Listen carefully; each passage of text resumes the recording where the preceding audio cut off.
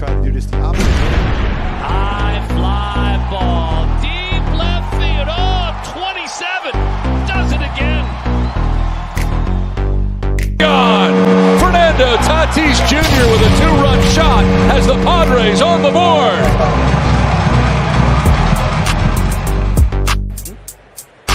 Ball and 2 strikes to Shohei here.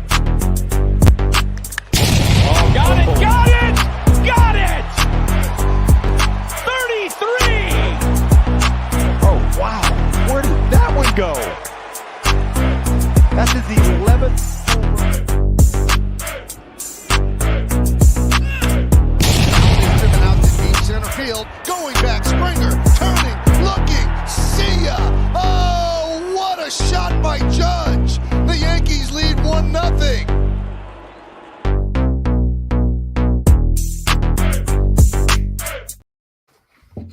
Hey everybody, welcome to episode number 21 of our free baseball podcast presented by the Athletes Hub. I'm joined today, as always, by Jake Crumpler, writer for the Athletes Hub, Baseball HQ, and Pitcher List. We got a ton to go over today, so we're just going to kind of jump into it and start with some hot weeks like we always do. Of course, AL Player of the Week, Tampa Bay Rays, Isaac Paredes, 21 plate appearances, 579 average, 619 on base, and a 1.474 OPS. Scored 6 runs. Obviously, 5 of them came on the 5 dingers he hit, which was ridiculous. 9 RBIs. Led the majors with 1.1 F4 on the season. He's hitting 255 to 315 on base, 612 slug. Scored 17 times. 10 dingers, 5 of course coming in that monster week. 21 RBIs, 165 WRC plus. He's just a freak. You're the fantasy baseball guy. What's your thoughts on Paredes? Is he kind of like a keep? You want to keep your eye on him, or is he just an auto pickup right now? I think in like 12 teamers, you gotta like go grab him right away. 10 team leagues, it's like you like literally can only have all-stars on your team depending on how deep your league is. But like when you're in 10 teams, like you can't get players that aren't going to be all-stars for the whole season. So I think I'd wait a little bit. I don't think he's quite at that level, especially playing for the Rays where they don't have consistent playing time for all of their players. But Paredes is just going off. And when you have a guy this hot, you really got to ride the hot hand in 12 teamers and obviously deeper. But yeah, he was absolutely crazy this week. That home run, that 3 home run game he had on the 21st was pretty crazy. Especially because it's like all of the guys hitting 3 home runs lately are just like, I don't want to say nobodies, but they're not like the big stars. Like you don't see Aaron Judge hitting 3 home runs. Ever since Vladdy had his 3 home run game, I think it was Brendan Rodgers, Lane Thomas, Jack Sawinski, and Isaac Paredes. So I don't know where that's coming from, but he's been really good. He had that 3-for-3 home run game. That's really good. He followed that up with a 1-for-4 with a home run. He took a day off so that he could come back and he'd go 3-for-5 with another home run. So that's 3 games and 5 home runs for him. And then he followed that up with a 3-for-3 performance yesterday. So he's been pretty unstoppable. He was what the Rays received in exchange for Austin Meadows in the offseason. So I don't know. Like, I don't know why teams even trade with the Rays at this point. You're just going to look bad no matter what. Oh, yeah. Of course, Tigers making that trade. Same team. Said different team, same division. This time, high week from Dylan Cease, of course. White Sox ace this season. On the 21st against Toronto, he went 6 innings, gave up just the 1 hit, no earned, 2 walks, which is pretty good for him. 11 strikeouts, got 20 whiffs, which is really good. 36.6 called strikes plus whiffs percentage. And then again on the 26th versus the Orioles, he went 7 innings, gave up 4 hits this time, 1 earned, 1 walk, 13 Ks, 21 whiffs this time for 38.6 called strikes plus whiffs percent. When he's on, man, he's just electric. On probably about as untouchable as a starter can get in the league, in my opinion. He's just got crazy stuff when he's actually in control of it. Yeah. Yeah. Sometimes he can walk the whole world and give up a bunch of bombs because he'll just throw everything down the middle or out of the zone. But yeah, this week he was feeling everything, especially his slider. I think he had 18 whiffs in that first game and 16 whiffs in the second game, and that was only on his slider. So he was doing the majority of his damage with the sweeper, which is really good from him. He's got a 4-pitch mix, but he was obviously riding that one pitch. 24 strikeouts across 2 starts is really good. And you read those CSW numbers, which were both above 36%, which is elite. When you're 30% is like really good. So when you're going 35% and above, you're feeling like an ace. You rarely ever see 40%. Those are like the crazy games where like pitcher just got everything working. But when you're getting 20 whiffs, that's like the elite level of swings and misses. So he was really feeling it. You expect him to do that well against the Orioles, but when he like shut down the Blue Jays, that's a tough matchup no matter who you are. And so really impressive week from Dylan Cease. Of course. Also impressive week from our NL Player of the Week, which is Freddie Freeman, of course, making the homecoming recently with the Atlanta Braves. Of course, now with the Dodgers. He had 30 plate appearances over the last week, 440 average, scored 6 times, 2 dingers, 11 RBIs in a week, which is just wild. That Dodgers team just scores so many runs. 1.373 OPS. Much to say about Freddie. We all know how good he is. Yeah, he's really good. Did a lot of crying before those games over there, but that's okay. Shows that he's not afraid to show his emotions, which is always good to see in a person. I don't think we can go without mentioning Alejandro Kirk, who's been going crazy this last week. I think he had 3 straight games with a home run or something. He's not known to be a home run hitter. He's one of those guys that walks more than he strikes out and sports a batting average above 300. So he's really been one of the best hitters in baseball recently. So makes him easily the best offensive hitting catcher in baseball. And he's easily going to slide into his first All-Star appearance in July. Of course, we talked about that a couple of shows ago. Make sure you can check that out on all of the Athletes Hub social medias and our YouTube channel. And on to some more breaking news today, actually. A lot to talk about with the Kansas City Royals. Of course, wearing the hat today. But they've traded first baseman Carlos Santana to the Seattle Mariners in exchange for right-handed pitcher prospect William Fleming and Wyatt Mills, who's a reliever. Why don't you run down this a little bit more, Jake? Sure. Yeah, this was pretty big news. We've recently had some trades. Last week, we also had Willie Calhoun traded to the Giants in exchange for Steven Duggar. So that was one that I didn't put in the rundown, but is a pretty interesting one when you consider how good the Giants are at getting the most out of players. And Willie Calhoun has such a high prospect pedigree and has had one really good season before, so he could be really good there. But back to the matter at hand, Carlos Santana to the Mariners, after the Mariners will be mentioned later for their fight that they had with a certain Los Angeles team. But nonetheless, that deal that Santana signed is not looking too good. He signed a 2-year, $17.5 million deal prior to 2021. He was really not good last year. His power has literally fallen off, which you could sort of guess. He had very borderline power. He's more of a very on base oriented player who walks more than he strikes out, which I mention a lot because it's a really important thing in baseball, and you don't see it that often with how much guys strike out nowadays. But he was really bad last season. He's been all right this season. He's batting 216, 349, 341 across 60 games, so still no slugging, but he's got 4 dingers and a 105 WRC plus, so slightly above average. But like I said, they signed him to a 2-year deal, and he really didn't pay off. In 210 games across his career in Kansas City, he batted 215 with a 326 on-base percentage and just a 341 slug with 23 home runs and a subpar 88 WRC plus for 0 FWAR, which is about as not good as you can get.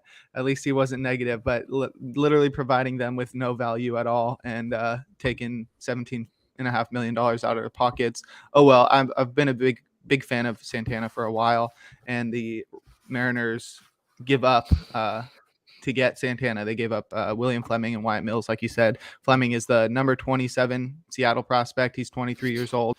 He was pretty good last year. I think he played in couple levels, and this year he's been all right. 67 and 2/3 innings pitched with a 4.92 ERA and a 1.30 WHIP, and that comes with a 20.7% strikeout rate, which isn't anything that is going to get you excited at all. I think he was striking out more guys last year, so maybe the Royals see something in what he was showing last year prior to his struggles this year. And then they also get Wyatt Mills, who has been mostly a minor leaguer, but he tossed 8 2/3 innings for the Mariners major league club this year with a 4.15 ERA, a .92 WHIP, and 17.6% strikeout percentage, which you would think is like, oh, that's probably low because he had such like a small sample. And no, he was striking like 20%, striking out like 20% of batters in AAA too. So he's not really a big strikeout arm. Probably just good for the Royals to get out from under this, and it definitely gave them roster space to make a more exciting move. Yeah, I agree. I think this is a good, it's a pretty lukewarm move all around. Santana, of course, hasn't been Santana the last 5 years that we all know, but I mean, he's still relatively productive, and the Mariners are still chasing, bats anywhere they can get him. They've kind of been underperforming this year from where everyone kind of expected him to be. So maybe Santana could be a veteran presence for a potential playoff push. Everyone wants the Mariners to make the playoffs. Longest drought in baseball right now. Of course, everyone knows that. But yeah, they just lost. They just lost Ty France, so I think that's why they made the move. Yeah, and that would make sense. I know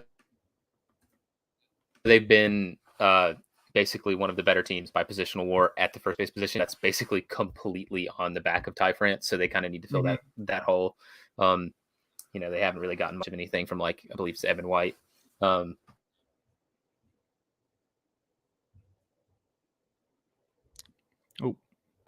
Davis is going in and out.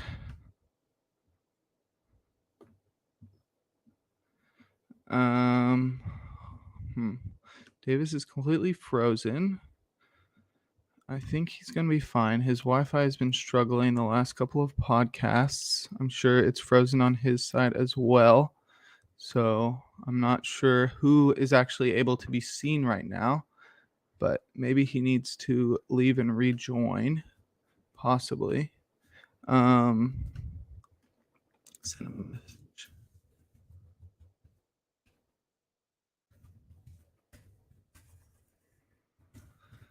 All right. Sorry about that. Yeah. All right. We'll get that fixed out. Davis has been struggling with the Wi-Fi recently, and it is showing its rearing its ugly head again today. So yeah, we just finished talking about Carlos Santana. He was saying that the Mariners really haven't been getting first base production, especially in the face of Ty France's injury, but they will be getting the switch hitting Carlos Santana in return. Let's hope he can provide a veteran presence and, like he said, help the Mariners to reach the postseason for the first time in 21 years. Is that what we're at now? That's insane. Other than that, we've got a big prospect call up, and it's going to be for the Kansas City Royals. Vinny Pasquantino was promoted by the Royals, and that will replace the he's back. What's good? Sorry, your Wi-Fi is a struggling. Yeah, it is. We talked enough about Carlos Santana. Talk about my main man, Vinny, a little bit more. Yeah, Vinny P, what they call him, Italian breakfast is what I've heard his nickname is. Interesting one. He is going to immediately replace Carlos Santana at first base, which is cool because they have a couple first base prospects, including Nick Pratto in the minor league. So I was looking forward to Vinny P getting called up. He's been really good in AAA. He's the number 3 Kansas City prospect and the number 98 prospect in baseball, according to MLB Pipeline. He's a 24-year-old left-handed hitting first baseman who's got a really good bat. His best tools are a 60 hit tool and a 55 power tool. So he'll hit for average, he'll hit for power. In 69 nice games at AAA, he batted .280, .372 with a .576 slug, 18 dingers, 3 steals, and a .144 WRC plus. So he can really swing it. Last year, he was his first year in the minors, and he moved up from or maybe it was his second. Sometimes it's hard to tell with the 2020 season having no minor league games, but nonetheless, he moved up from rookie ball to single A to double A, or maybe it was single A, double A, triple A, but this season he's played all AAA and he's looking really good. You got any thoughts about Vinny P? I just picked him up on my fantasy team. Of course. He's the big power hitter. He's crazy. He's hit 18 home runs from AAA Omaha for the Royals, which is just a mile better than second best in the organization. It's actually the third most in AAA altogether. Nice. He's of course Italian breakfast. He just nukes the ball, and the Royals in general really need offense. They're one of the worst offenses in the league. They've been absolutely awful. Their stadium, of course, isn't conducive to it, but their team, of course, also is not conducive to it because it's really bad. Only 3 teams have scored fewer runs than the Orioles this year. Actually, from this article I'm reading, talking about this too, from Mike Petrillo, which you can also read at MLB.com. Their first base and DH combo is actually the 4th weakest slugging percentage in all of baseball, which is, of course, not good. So they need offense. They need people that can drive in runs, score them, hit home runs. And they've got 2 guys, coincidentally enough, that can do that, Nick Pratto and Vinny Pasquantino. And they just, so far, weren't calling them up. And hopefully they'll stop being dumb and play their young players when they really need to, and let them develop against big league pitching. He's 20. I think he's either 23 or 24. But he's an old 24, older into the prospect spectrum, but needs to get reps against big league pitching because he's just annihilating AAA pitching. He's too good to be playing AAA, so they kind of had to call him up. I like the move. Obviously, we always talk about prospect call-ups because they're fun, they're exciting. Play their young stars because that's what gets people to the ballpark, and that's what makes baseball good. Blood in some new stars. Hopefully, the Royals can be good in the next few years. They've been bad basically since they won the World Series.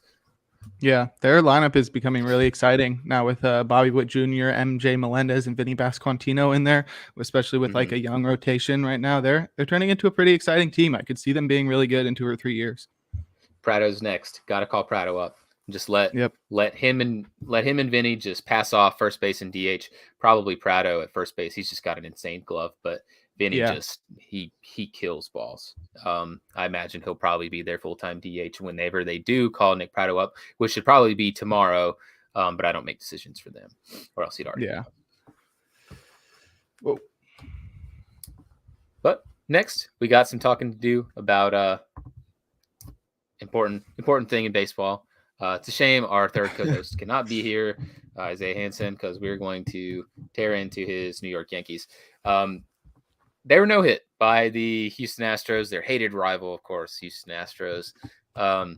Combined no hitter this time, of course, not as cool, but still pretty cool. Christian Javier getting the brunt of the work. 7 innings pitched, of course, no hits, no runs, just a walk, 13 strikeouts, 20 whiffs, 34.4% called strikes plus whiffs. Crazy. Hector Neris came in, got an inning, 2 walks, but got out of it. No damage done. Ryan Presley, of course, believe he got the save. 1 inning pitch this time, 2 strikeouts. They are the only team to no hit the Yankees since 1958. And 2003 was the last one. So it's pretty cool. They were without a hit for the first 6 and a third innings of the following game, which actually tied the modern record, I think all the way back to like 1961 for most hitless innings in a row, and they would have gotten got away with it to even more if it weren't for a Stanton bomb. So Yankees, best team in baseball, getting kind of trashed by the Astros pitching rotation. Not looking too hot. Yeah, it was pretty interesting. I mean, like you mentioned, the Yankees aren't huge fans of the Astros, and probably vice versa. So it's pretty interesting to see them get shut down, especially when the Yankees are the best team in baseball. It's pretty impressive to no hit them. Like you said, it was a combined no hitter using 3 pitchers. Javier was killing it. His fastball was sitting a tick higher than it usually does, so he was really feeling it. And I think he got the majority of his whiffs with his fastball. It's normally how he works when he's on. Keeps his fastball up in the zone, and that's what he did in this start. And then Hector Neris got pretty lucky. I think he walked 2 batters and then allowed like 3 piss missiles. Like 2 of them were over 100 miles per hour, and 1 of them was 95. And he still got away with no hits and his 16th hold of the year, which puts him among the league leaders, at least in the top 5. And Presley, who's been struggling recently, was able to keep those from getting out of hand, and he got the save, which just was his 15th. So pretty cool. Yankees suck, bro. I don't know. It looks like it's all downhill from here. Like, what more can you say? They can't get a hit. They go that far without getting a hit. Josh Donaldson, a terrible offseason acquisition. What more can you say? Yeah, Yankees bad. Yankees stink. What else do we need to say? Yeah, obviously it's not going to be a barometer of their success for the rest of the season, but maybe it will be. Imagine if that is. Imagine this is the tailspin. The tailspin. The Yankees just get no hit. They get no hit every other game for the rest of the season. I would love that personally. I don't know about you, but I think that'd be hilarious. Yeah. But no hitter, always cool to talk about. Astros, of course, getting one over on the Yankees. Then Jose Altuve hit a home run that game. I don't know. We had Didn't the Jose Altuve hit a home run in that game again? Yeah, he's been going off. We had the Reed Detmers no hitter. We had the Pirates. We had the Reds no hitting and losing. We had the Mets combined no hitter, and now we have this one. So 4. One of them doesn't count because it was 8 innings. I think so. Let me see. Yeah. It feels right.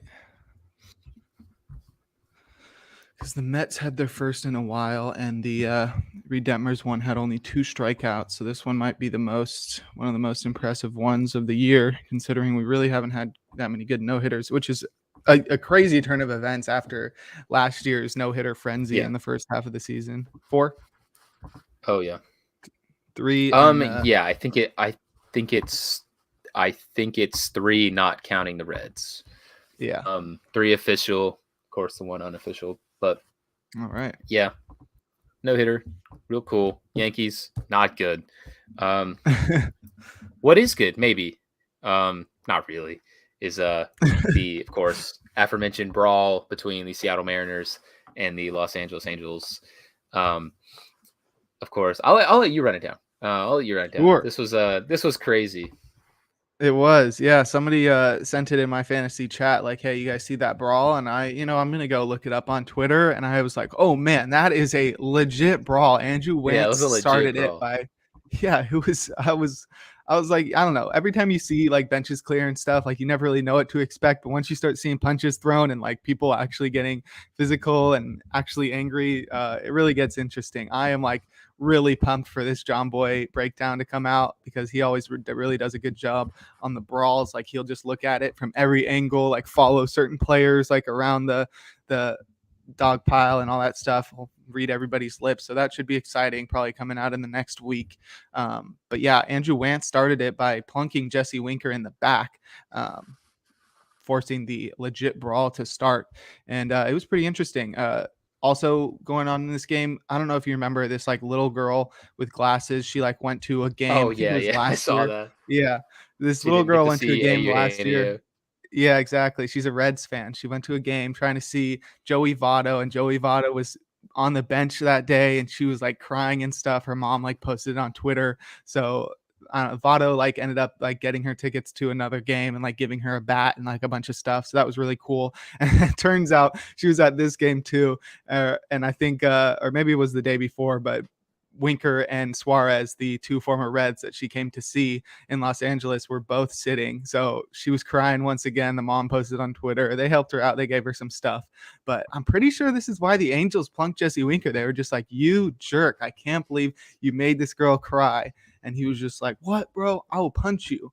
And Anthony Rendon said, "I'll fight you with one hand." It was all over the place. We had 8 ejections, 4 for each team. The Angels manager, Phil Nevin, got ejected. That pitcher, Andrew Wentz, got ejected. Rizzo Iglesias got ejected and threw a whole box of sunflower seeds on the field. And Ryan Tepera got ejected. We'll have to wait for the John Boy video to figure out why he got ejected. And for the Mariners, their manager, Scott Service, got ejected. Jesse Winker, the guy who got hit, was ejected. JP Crawford was throwing haymakers. He got ejected. I'm not sure what Julio Rodriguez did, but he was also ejected. It was exciting. Yeah. Go check out my Twitter at Jake Crumpler. I posted a video of it if you need to find it. Yeah, that's where I ended up actually seeing it first. Was you posted? I saw the like Bleacher Report headline. It was like, "Oh yeah, major ball," and I was like, "Okay, sure." Like they always have they always show that like bench is clear, whatever. Mostly it's always like lip service, John. Like no, this was a legitimate brawl. Punches were thrown. Yeah, this was crazy. But yeah, we'll have to wait a little bit, of course, to figure out more details. John Boy better have a hot mic or he's a fraud. There definitely was a hot mic. I noticed it at the end. You could hear Winker. You could hear Winker like talking at the end of that video that I posted, just barely. So I think John Boy is going to be able to triangulate the sounds and make that a little louder. I think it's going to be a really good one. Obviously, John Boy, one of the biggest media stars in baseball, you could say. But yeah, I don't know. He's like very mainstream. He's become really mainstream. A lot of people are sort of like against him or against his company or whatever. I enjoy his videos. I think he does a really good job on like the cricket videos. He makes those understandable and easy. And so when I watch that, I think I understand why he makes his baseball videos the way he does for people that don't really watch a lot of baseball, to help them understand, because I'm able to understand the cricket ones and it makes it really interesting. And he sort of explains the baseball videos the same way. So yeah, I'm really excited to see this one come out. He always does a good job with this, and he hasn't really had a lot of material recently to really break down. Yeah, Foolish Baseball also had a tweet that Joe Kelly was going to get suspended for 8 games for his role in this fight, which I thought was really funny. We'll have to wait and see what's going on with this. You know, Brawl, whatever, more cool baseball stuff. We had a no-hitter, we had a Brawl. What else could we ask for? Cycle, of course. Austin Hayes of the Baltimore Orioles. Of course, hit for the cycle, 4 for 4. Scored 3 times. Of course, hit a dinger. 3 RBIs in it too. What's crazy about this is he did it in 6 innings because the game got called. Like, how crazy is that? He had 4 at bats, 6 innings. For the cycle, that's just ridiculous. He's been insane too. Probably needs to be considered for the All-Star team. He's also played 69 games. Nice. 284 average, 340 on base, 477 slug, 10 dingers, a steal, which is crazy because he's really fast. He just doesn't steal a lot of bags. 132 WRC plus, 1.7 F-WAR for Austin Hayes, and the upstart Baltimore Orioles currently have the same record as the Seattle Mariners.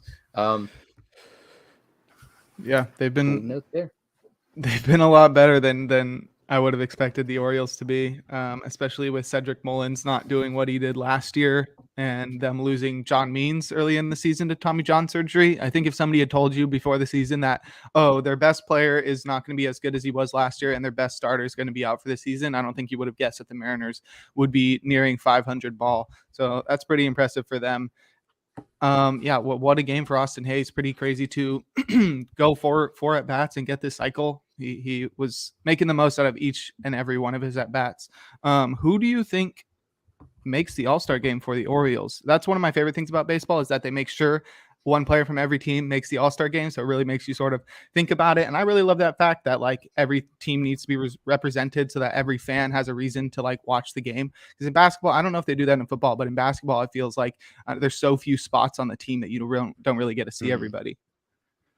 I don't honestly know if they do that in football or not. I think they do, but like usually it just kind of happens like out of nowhere.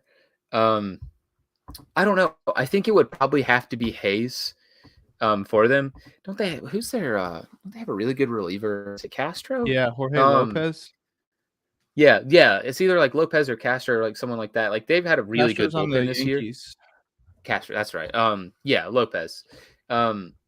Yeah, I think it'd probably have to be Hayes. Though he's just been so good, and the AL outfield is, in my opinion, like just kind of. It sucks because it's super stacked, but I think it probably right now, if he keeps playing the way he is, I mean, he's going to be a starter with like Judge and Trout. Like, but yeah, I think it's probably going to be Hayes. I think it definitely could be Hayes. I think it's going to be close because they've got Ryan Mountcastle, who's been pretty good. He's batting 284. That's Austin Hayes. He's batting 271. He's got 12 dingers, and that's the second most on the team behind Anthony Santander's 13. You got Trey Mancini, who's batting 283. He was nearing 300, but now his average is below Austin Hayes', so I don't think he's going to secure that. But yeah, like you mentioned, Jorge Lopez has been really good this season. He was like a terrible starter prior to this season, like for multiple years. He was just an absolutely horrible starter. They moved him to the bullpen, and he has become an ace. He's got a sub-1 ERA at 0.75. He's got 13 saves for a mediocre Orioles team, and that's across 36 innings. It's with 36 strikeouts as well. He's been really good. His stuff is really playing up in the bullpen. So I don't know. I think it could be Jorge Lopez. It really depends on how many relievers they want to have on the team. So right now, I think it's between him, Mountcastle, and Hayes. So it should be pretty interesting. I mean, we don't really follow team all-star races, but that should be a fun one to watch. It's always interesting to see on the bad teams who makes it, like who the heck is going to make it for the A's. They're terrible, especially if Frankie Montas gets traded, because he's the obvious one right now. But yeah, congrats to Austin Hayes. That's the 4th cycle of the year. As we just mentioned, there were 4 no-hitters, so we're up to 4 cycles. The first one was Yelich. Then we had in the same week Eduardo Escobar and Jared Walsh, and now we got Austin Hayes with the cycle. So it's been a year of cycles. I wonder who's next. Have you seen Jorge Lopez's ERA plus? No. What do you think it is off the top of your head? Oh, is it 0.75? ERA plus. Yeah. I don't want to overshoot it. I want to actually try to get it right. So I'm going to go 210. 532. What? Yeah. He's That's a 532 ERA plus. He's been ridiculous. Yes. I think Holmes was up that high, but his crazy. ERA is over 1 now. Yeah, that's like wild. His ERA 500% better than league average. Yeah, that's wild. He's insane. Moving on as Jorge Lopez pod. Of course, I'll let you run it down. This is your guy. Talk about him all the time in the group chat. Sure. Why don't you run down the week of Shohei Ohtani? Yeah, this is I think this is everybody's favorite player. He is just so amazing. I don't think he gets appreciated enough. Vinny walked more than he struck out. Just saw your message. That's wild. Yes, he did. One more walk than strikeout.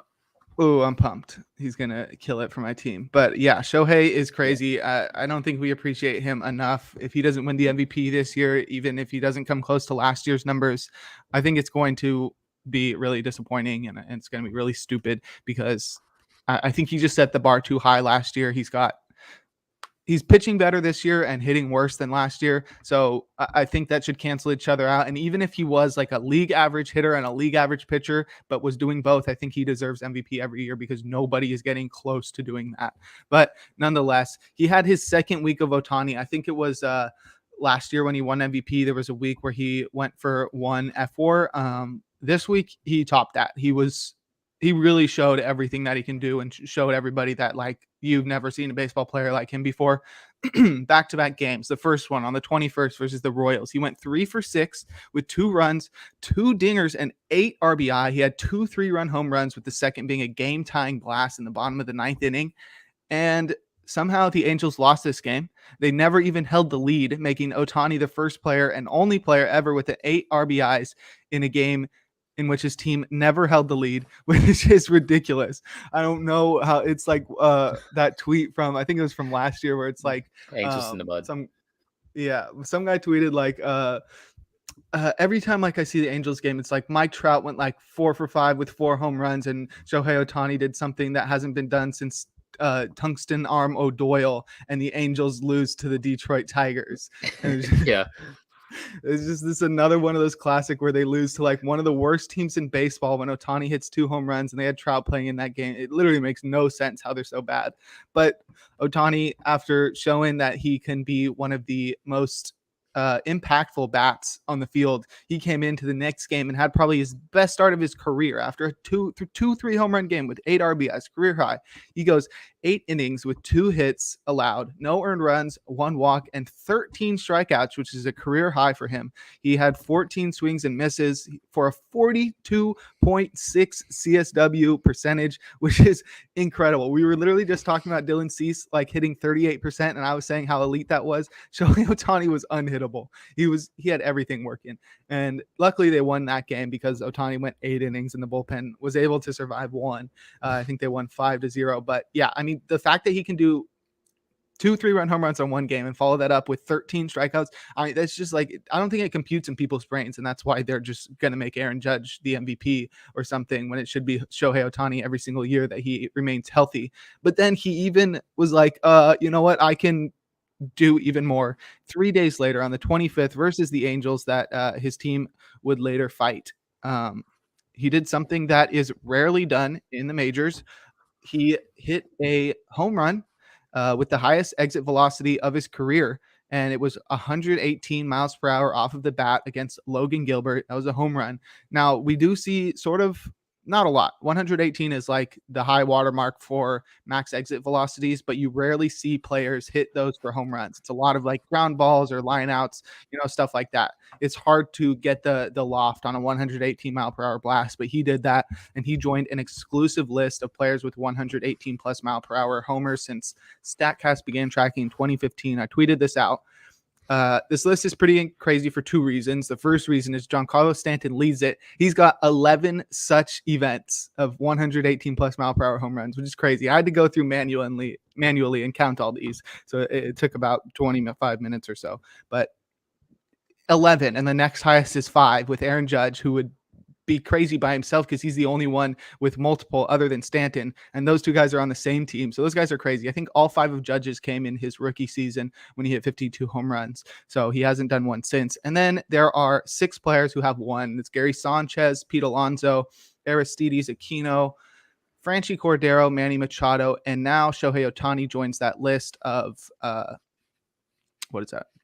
8 players to have ever hit a 118 plus mile per hour dinger. And the Angels have a worse record than the Baltimore Orioles. Go figure. You have the 2 best players in baseball. You're like the worst team in your division. It doesn't make any sense. Are they cursed? Like, do you think the Angels are cursed or something? Because, I mean, they have literally 2 generational players, and it's like, okay, well, we suck. Like, it's so heartbreaking. It's so heartbreaking too, because like I'm in the same boat as you. Personally, I think Ohtani is probably the single biggest commodity baseball's had, like ever, really. So like nobody does what he does. I mean, he hits for a ton of power, obviously 1 million home runs. He's an elite hitter and he's an elite starter at the same time. Which like baseball has just not really seen that in any of our lifetimes, and may not again. He's a complete unicorn in the game, and he should probably win the MVP every year. But because he's so good, he's not going to, which is very ridiculous in my opinion, but kind of understandable. Where it's just like if you chalk up, well, it's like okay, well, Shohei Ohtani plays 120 games, he's going to win the MVP. Like, yeah, Angels are garbage, and I don't honestly know if he's going to stay there. Yeah. I was just about to mention he's going to be a free agent after next year. He shouldn't, in my opinion. Go find somewhere where you're not going to have to play with that. That's going to be like team. But when Trout signed his big extension, like over $400 million, it was sort of disappointing in the fact that like we didn't get to see what kind of free agency he would have, like how teams would be like fawning over him and trying their hardest to gain his services. So that was sort of disappointing to miss out on that, but it was cool to see him sign a record contract and stay with the Angels. But if Ohtani does end up going to free agency, going through with it, that is going to be one of the most interesting off seasons ever. Like I have no idea who he's going to sign with. I don't know what teams are going to be interested in him. It's got to be everybody. Everybody was interested in. Yeah. They were all interested in him when he came over from Japan, and he pretty much just had his choice of where he wanted to go. So this should be really interesting. It's going to be crazy to see how much money he gets. It's going to be crazy to see which team he goes to, which teams are interested in. Like that's not this next season, but the following off season is going to be really something else. I really don't know what it's going to be like. I'm honestly so excited. It's going to be super interesting.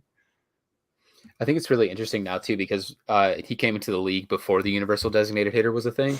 So now it's like literally like a rat race of every team should go all out to try to get Shohei Ohtani. There's no reason you shouldn't. Like he's like the most marketable player you could possibly ask for. He's an elite player too. So it's not like you're just getting him for like name value. Like, no, he's a great player.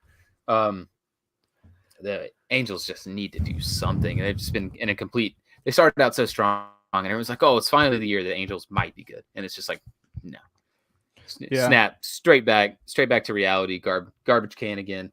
Yeah. And it sucks. The roster is just so top heavy. Like they've got like Ward and Trout, Ohtani and Walsh, and then it's like a bunch everybody else. everyone else. Exactly. The Rendon's rotation hasn't been that miserable crazy. contract. Yeah, Rendon. Oh gosh, that's just so bad. I really have liked Rendon over the last few years, especially after he won the World Series in 2019.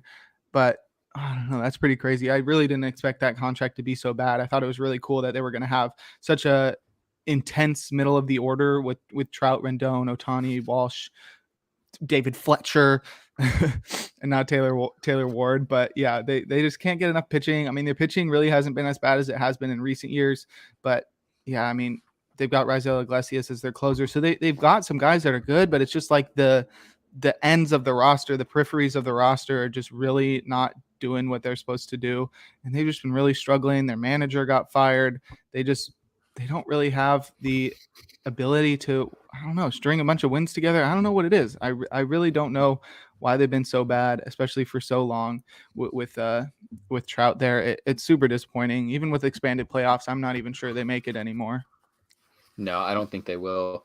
It's like their pitching has been so bad outside of Ohtani, and like Detmers was supposed to come in and be like a ready-made, like just plug and play starter in like a year, and he's just like, he's not bad, but he's certainly not good either. He got sent down. He got sent down. Yeah, like, what do they do? Like, and they had Cobb for a season, and they just let him go. They were just like, all right, you can. Giants can have. Yeah. Patrick Sandoval's been pretty solid after he was really good last year. Noah Syndergaard has been able to eat innings, which is what you wanted. Lorenzen has made a pretty successful move to the rotation. So yeah, I really don't know what it is. Like It's miserable. Yeah, I don't know how they're so bad. Yeah, I don't think they know how they're so bad, and it's like it has to be like the biggest job in the world, like. Because now you have to go, like anybody that goes to that team is like, well, here's this team that really stinks. Try not to stink. The Joe Madden's phrase, they should have just kept him. They should have just kept Joe Madden. Try not to suck. Yeah. If they don't make the playoffs next year, I might like cry or something, because just to like not have Ohtani and Trout make the playoffs when they're both on the same team together, I don't think people realize how insane it is that those two guys are on the same team, but it's going to be really disappointing when they miss out on the playoffs again. I think everybody is an Angels fan. It's sort of similar to the Mariners, unless you're like a fan of the A's or something, which I am. I don't hate rivals of my team other than the Dodgers, but like I think everybody's a fan of the Angels. I think everybody's a fan, like I said, of the Mariners. They did just fight today, so maybe they're just like, I'm America's team. No, I'm America's team. But anyway, like it's hard to hate the Angels, especially because they're so bad all the time. It's hard to hate on the it's hard to like root against the Mariners making the playoffs. But yeah, I don't know. I think everybody wants to see the Angels succeed at least for once. Like we just want to see what those guys can do in the playoffs. It would just be so exciting to have a national stage watching them. I don't know. I really hope we're not disappointed again next year. Yeah, I just want to see like Mike Trout get another chance in the postseason. Everyone's like, oh, like that's the one like knock against Mike Trout that everyone tries to give him. It's like, oh, well, he never produced in the playoffs. Well, he plays for he doesn't have a chance. He plays for a dumpster fire franchise. And he had one chance in the postseason. Like what? Then that's relatively close to the start of his career. He hasn't been back since. I don't know what they really want him to do. But everyone wants to see Mike Trout succeed. I mean, he has a chance. Really, we said it on the podcast before, and it's at least my opinion. Still, Mike Trout still has a chance to probably be the best baseball player that's ever lived by the time he retires. So, like, it's a shame to see him never get a chance to produce on like the biggest stage. Like even like Barry Bonds and stuff had a chance, even though he never quite won one. It's like, oh well, Mike Trout got one throwaway series at the start of his career, never got back. Exactly. That sucks. Yeah.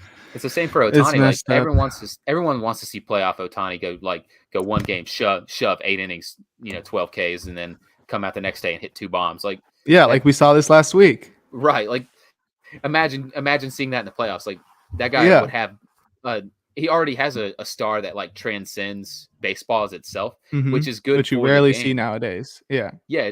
It's good for the game. And now it's like, oh, well, he plays for a team that's literally never going to make playoffs. Like, well, people kind of lose interest after that. It's like you want to see the best players on the biggest stage. And I'm not the biggest like proponent of like, well, a team needs to make the playoffs or a player needs to have success in the postseason for them to have like any value, but it definitely helps to grow the game and to grow their star. And you just don't get that with Trout and Ohtani. You just kind of have to watch them play and beat up the Royals in the middle of the season.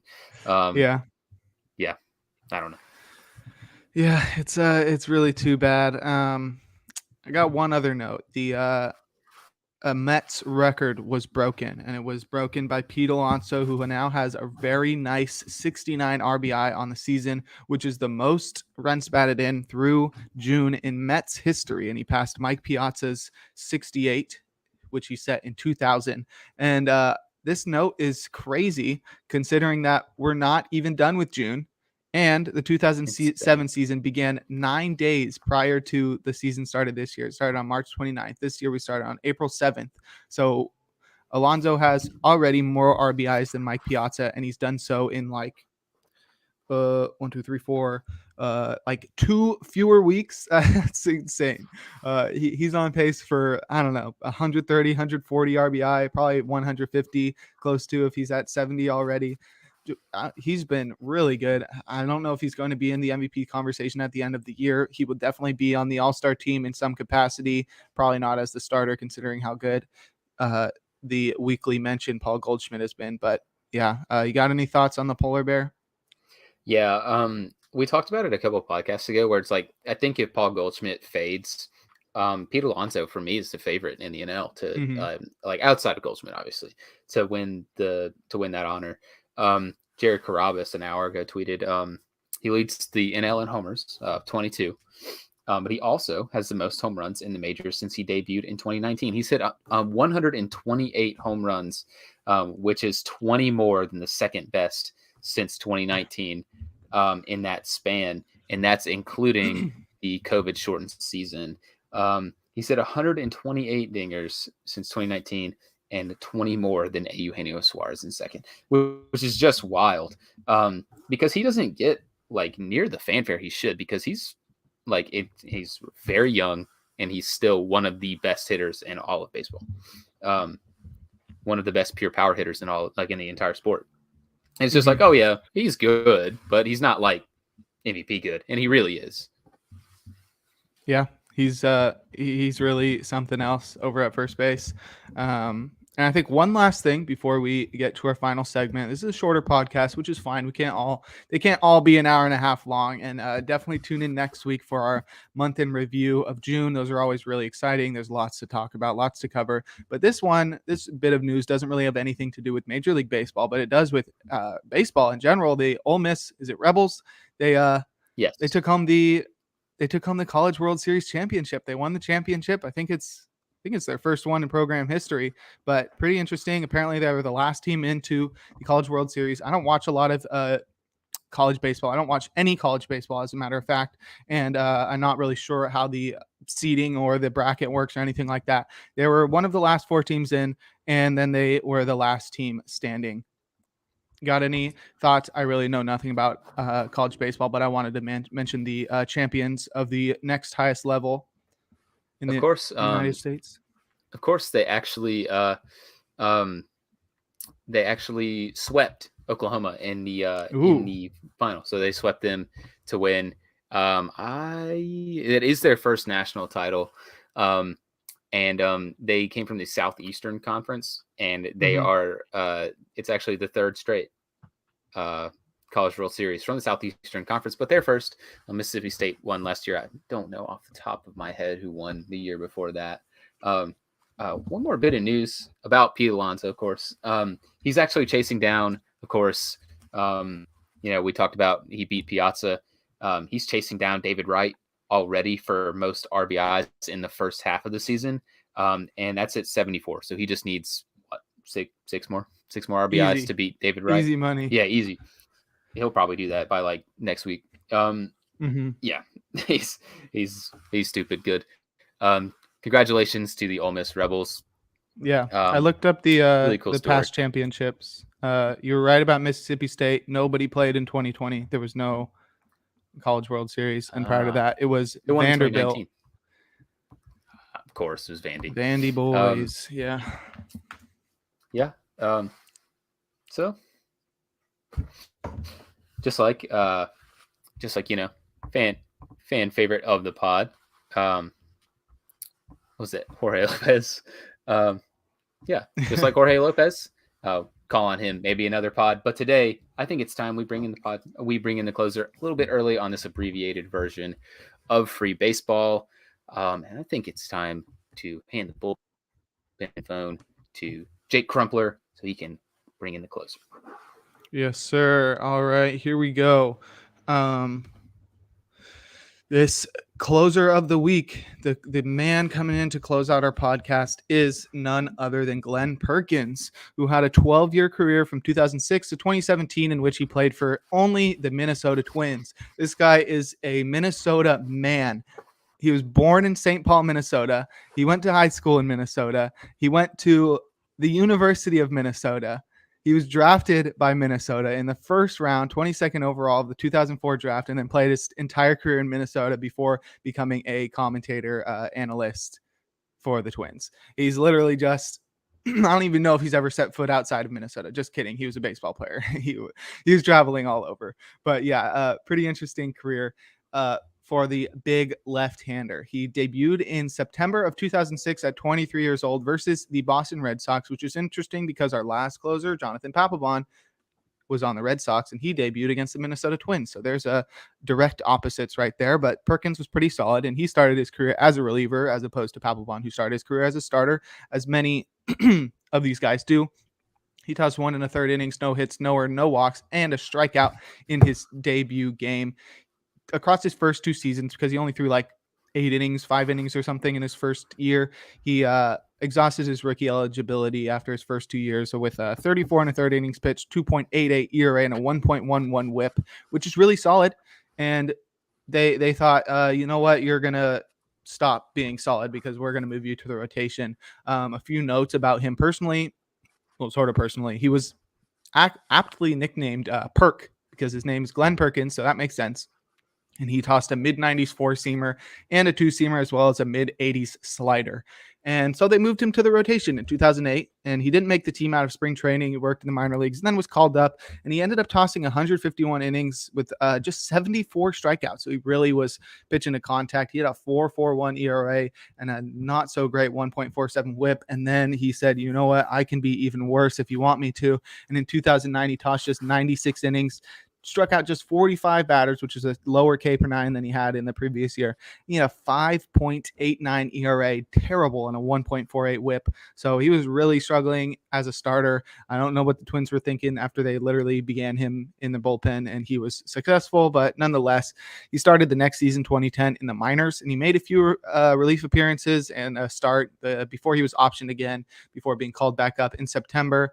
He was just as bad again, 5.82 ERA across 21 innings with a 1.57 WHIP, which is really not good. He was not limiting the base runners. But then they said, you know what, maybe we were right in the first place, and they moved him back to the bullpen, becoming a full-time reliever for the rest of his career in 2011 and turning that career around. He tossed 61 innings in that season, struck out 65 batters. They came with a 2.48 ERA and a 1.23 WHIP. And he saved the first 2 games of his career. And this is how he began his trek towards the penultimate point of his life, which is closing out this podcast today.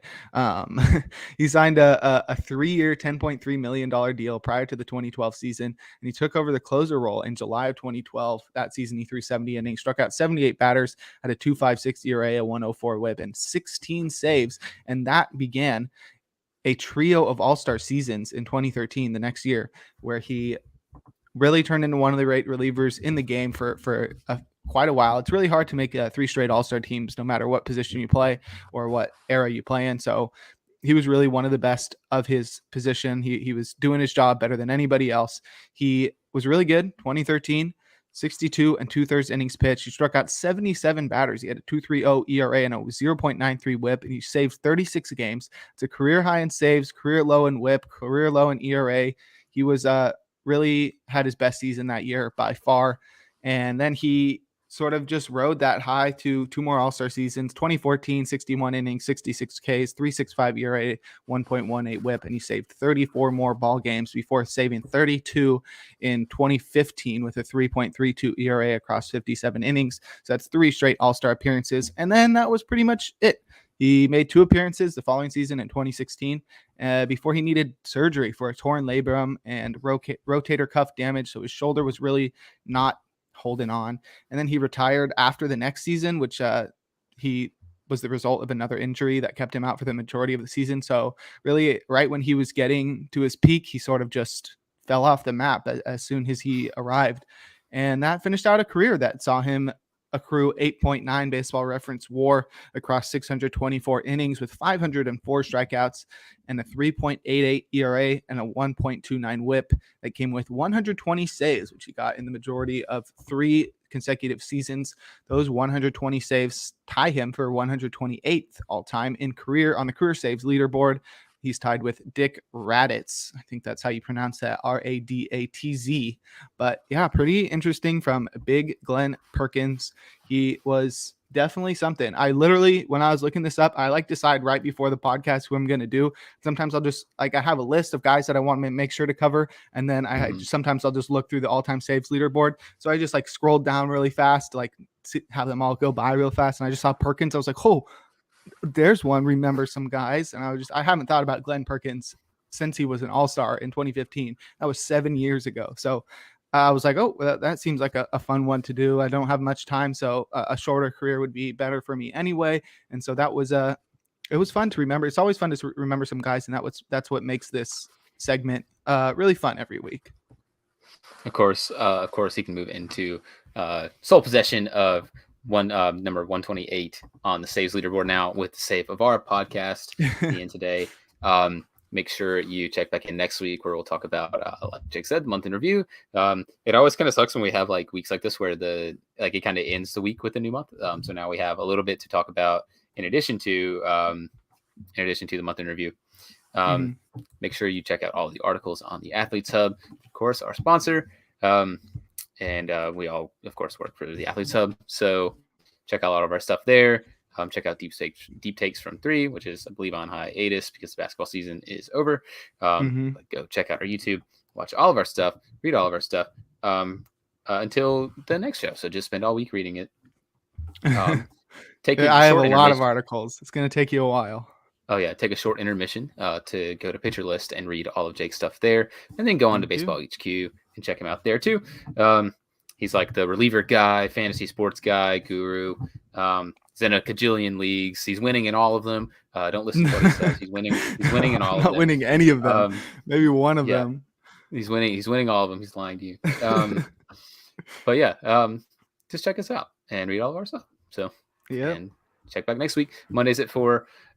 Sometimes later, we'll post it on the Twitter or whatever if we're not going on that day or whatever. Yes, so just keep us posted.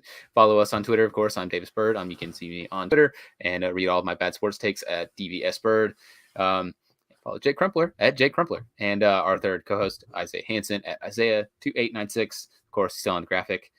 He'll come back eventually. Come back and talk about the Yankees as he always. If we roast the Yankees enough, he has to. He'll come back. It's like we summon him. Exactly. So yeah. So just keep posting, keep with us, and keep watching. We really appreciate all of your viewership. So just check us out then.